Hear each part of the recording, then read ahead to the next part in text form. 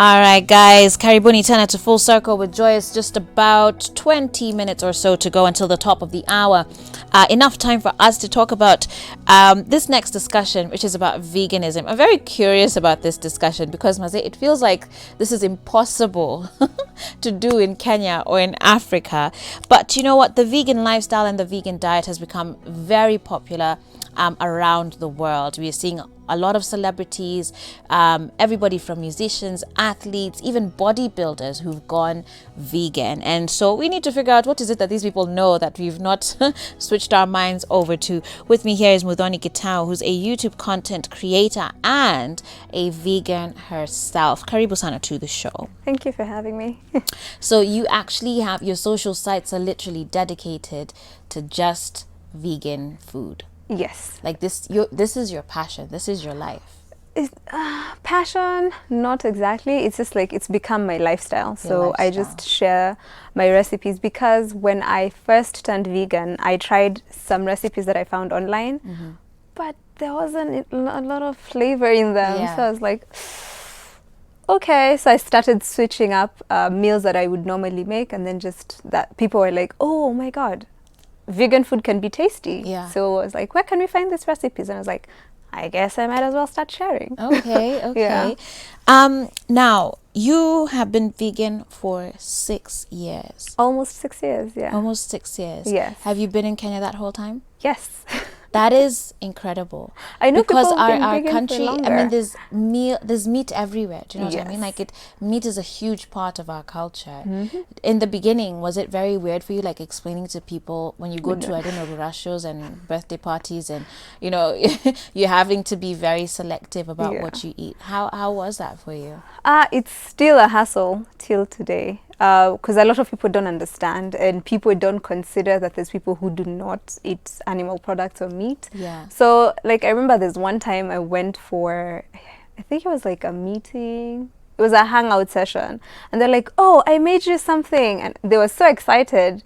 But then they'd put sausages in it. Oh, dear. Okay. So I was like, oh, but it still has. They're like, Yeah. oh, I didn't even think about it. I was just like excited. I was making something special for you. Yeah. So it still happens. A lot of people still don't get it, but I'm okay with it. Like sometimes I'm that person who'll show up with a lunchbox, and I'm cool with it. Yeah. Sort yourself out. Yes. So what happened? Is it to the point that, say, if someone has prepared, I don't know, you've gone to someone's house and they've made you some rice and some beef stew with some peas and carrots, you know, the usuals.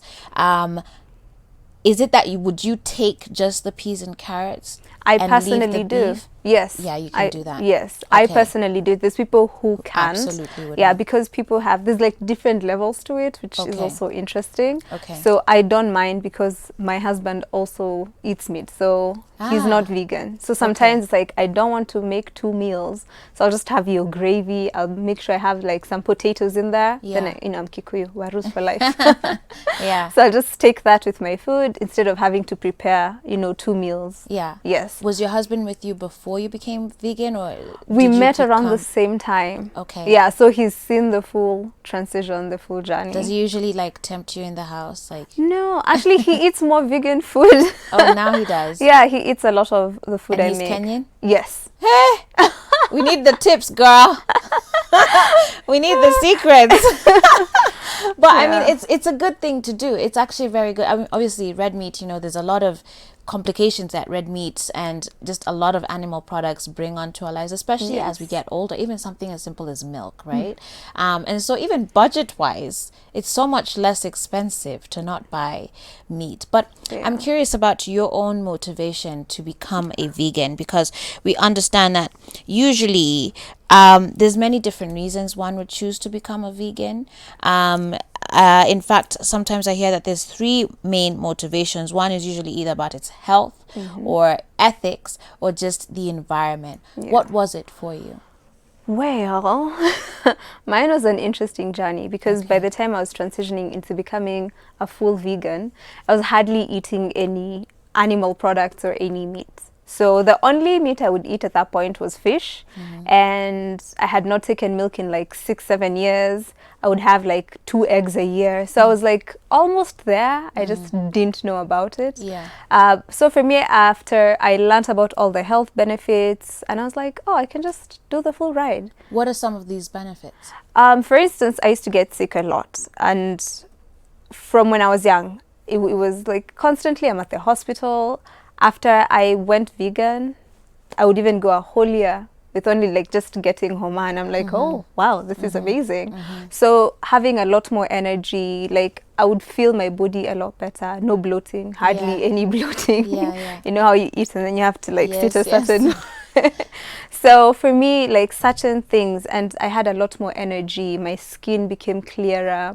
And even sleeping, like something as simple as your sleep patterns, they just become better. Like you feel well rested by the time you wake up, and it's because I guess your body isn't working overtime to try and sort, meet and process certain things that are hard to deal with. And so as you started, because I know you said already you weren't eating as many eggs and whatnot, did you start off as a vegetarian first? So vegetarians, like let's actually, and we should explain the difference between a vegan and a vegetarian for those who don't know. So a vegetarian is someone who does not eat meat, but they eat other products that come from animals. So they'll do milk, they'll do eggs, they'll do honey, they'll do butter, they'll do cheese. Wait, so you don't even do honey as a vegan? There's people who go to that extent. Personally, sometimes I do use honey because I'm like, it's... but then other times I'll use stevia, which is plant-based, or use maple. So is it then expensive to be, because those two ingredients you've mentioned, they can be pretty pricey. Yes. Because especially you want them in their raw form, or at least in their best, almost as natural as you can get them. Yes. Where do you find those products? Do you find them locally, or do you have to like ship stuff in? Is it expensive? Yeah. So first, when I turned vegan, it was super expensive, because when you go look for it, I remember, like, this is something that still hurts me to this day. The first time I bought chia seeds, I bought 500 grams for 2,700.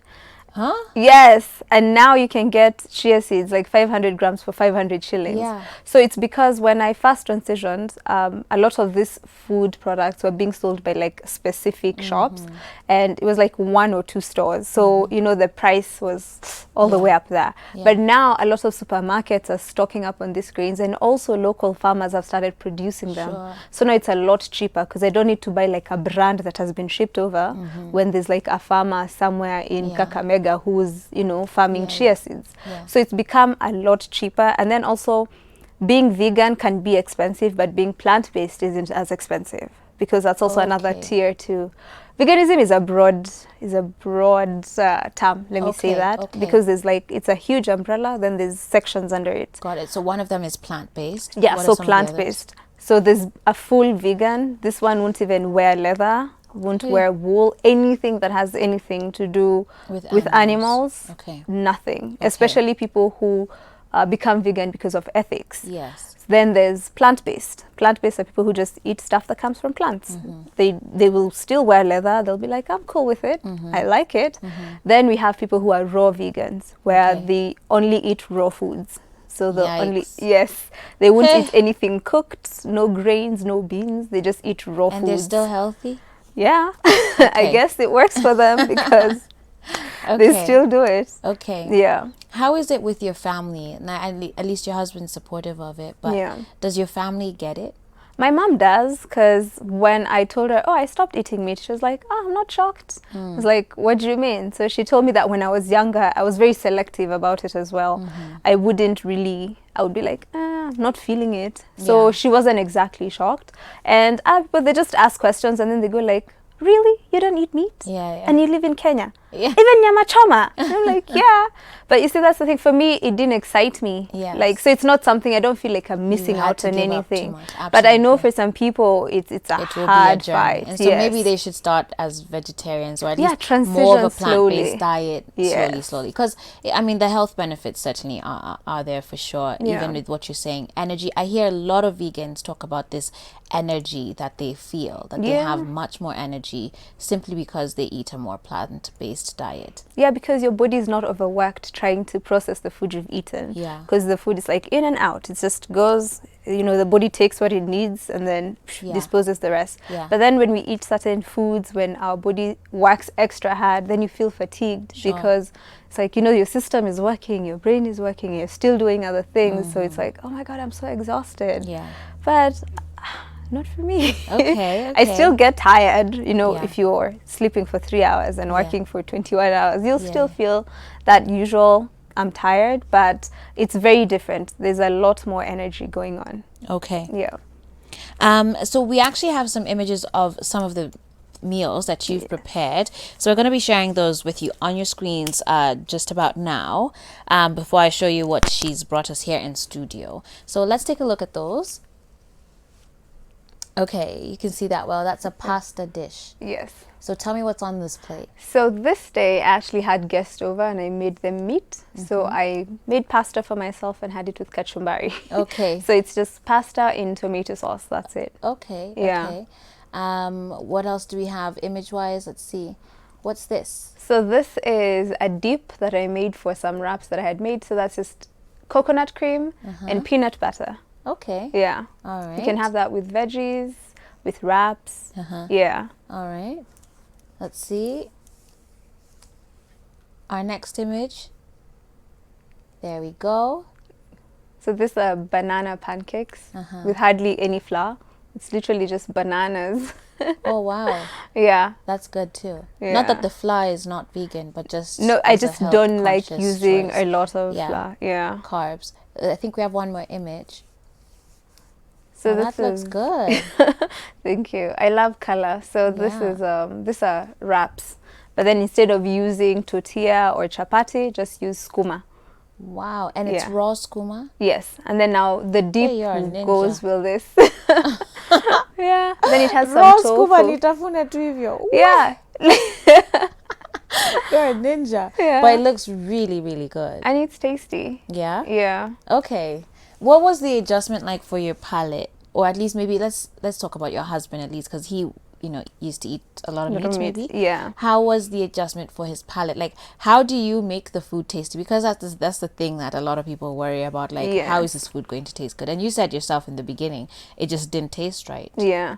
It's because, when you first start something, you do your research, you go download some recipes, you say, let's try this. But then some of these people don't care about flavor. We're Africans. We love flavor in our foods, in everything we eat. So for me, it was like, okay, so how do I add flavor? So just adding spice, like salt and pepper is not enough, let's be honest. So adding like the garlic, making sure you add some ginger, paprika, that's the kind of stuff that brings out the flavor in your food. Because you don't want to eat food that's just boring and bland. All right. Like, what's the point in that? Sure. So what do you have here? So these are mini banana loaves.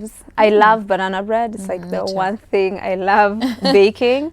So whenever I want to make some snacks for like the week, I like making some banana bread. Okay. So some mini banana loaves. And did you not use flour in these as well? No, I did. The regular flour? I did. You did? Yeah. But again, the base is bananas. A lot more banana than anything else. Yeah. So what's your typical, like, what do your meals look like in a day? Like, what do you have for breakfast? Oof, that's a good question because I have a very irregular diet in terms of my food intake. Oh, okay. But so for breakfast, 90% of the time I'll just do tea. I love flavored teas. Yeah. So I'll do like just maybe, my favorite is blueberry and apple, or cinnamon and apple. Those are my favorites. So I'll probably do that with maybe like banana bread or just on its own because sometimes, yeah, because I'm not a big fan of bread. But even when I do take bread, I like getting something that has cinnamon or sweet potato bread. That's like my favorite. Okay. Then like with lunch, sometimes I'll do a smoothie. I like taking my fruits during the day. And then like maybe I'll have pasta for dinner. And then in between I'll have nuts, mahindi choma when you're walking down the street. Yes. Mind the Yeah, choma. and then when people are eating smoky pesua, I just take the bun and the kachumbari and I'm good. So I'm like, I'm also getting street food. Yeah. I'm cool. Yeah. Okay, so I mean, clearly it sounds like it does take a little bit of sacrifice to be able to do this, but Yeah. for you, it sounds like it's been worth it. Yes. And even cost-wise, I mean, if some of the ingredients are expensive, if you think about how much money we spend on meat, though, I think it kind of balances out, Yeah. doesn't it? Yeah, it possibly does. Because, like, for instance, as much as I'm complaining about the chia seeds, those are chia seeds that lasted like a month. You know, someone would spend that amount of money on like 3 kgs, 4 kgs of meat in one sitting, like nyama choma, you know. Yeah. So, yeah. I think it's good because it's showing that you don't have to be a vegan overnight. I mean, it sounds like you're also still figuring it out. Like Yeah. it's a journey, it's a difficult one. So maybe the first step is just for people to adopt more plants in their Yes. diet. Yeah. That would be You can start replacing like one meal and then replace your snacks. So instead of like doing, I don't know, what do people have for snacks? mandazis. Yeah, then you can decide to have an apple, a banana, just to incorporate more of your fruits, or even just go buy like that packet of njugu, Yeah. and that becomes your snack. You know. Okay. Then for breakfast, you can do like maybe oatmeal. Yeah. That's okay. There's also And speaking cereal. of that, so do you do your oatmeal with like water, or now do you do the other types? Because you're not doing dairy. Yes. So there's But do you do, plant-based like, milk. plant-based, yeah. yeah. So you can use almond milk, coconut milk if you're into it. But water works just fine because you don't even feel the taste. It's like it's just the oatmeal. It's about what you add into it. Okay. Yeah. So I like adding a lot of fruits in my oatmeal, and I'll use water if Okay. that's what I have. Yeah. So you've really adjusted then to this lifestyle. Yes. All right. And tell me then, your YouTube channel, what do you usually do on there? Is that now showcasing some of your vegan meals? Yes, so I just share my recipes. So it's just like, so I have a YouTube channel and a blog called This Kenyan Vegan. And all I do is just share my recipes. It's like, today we're cooking every Sunday. All right. Yeah. Okay. So the YouTube channel, for if people want to follow more of your work, what do they, it's This Kenyan Vegan. Okay. and Yeah, your as well blog as my blog. All right. Yes. Great. Well, thank you so much, Mudhoni, for coming on to the show. She's been a vegan in this Kenya for 6 years, so it's possible. I think that's the main thing. It's absolutely possible. You don't have to start immediately. You could just start by incorporating more and more plants into your diet. So just say, you know what, at least twice a week, you're not going to have meat. Right? That's a simple way to start. And over time, you build on that. But thank you for illuminating this for us. All right, guys, we need to take a short break. I mean, actually, we've wrapped up the show. Our show is done just like that. And so I want to thank you guys so much for your feedback and your company. Let's do this again tomorrow. We'll be here from 8 a.m. all the way through to 10 a.m. And until then, have yourselves a blessed day. I'll see you soon. Ciao.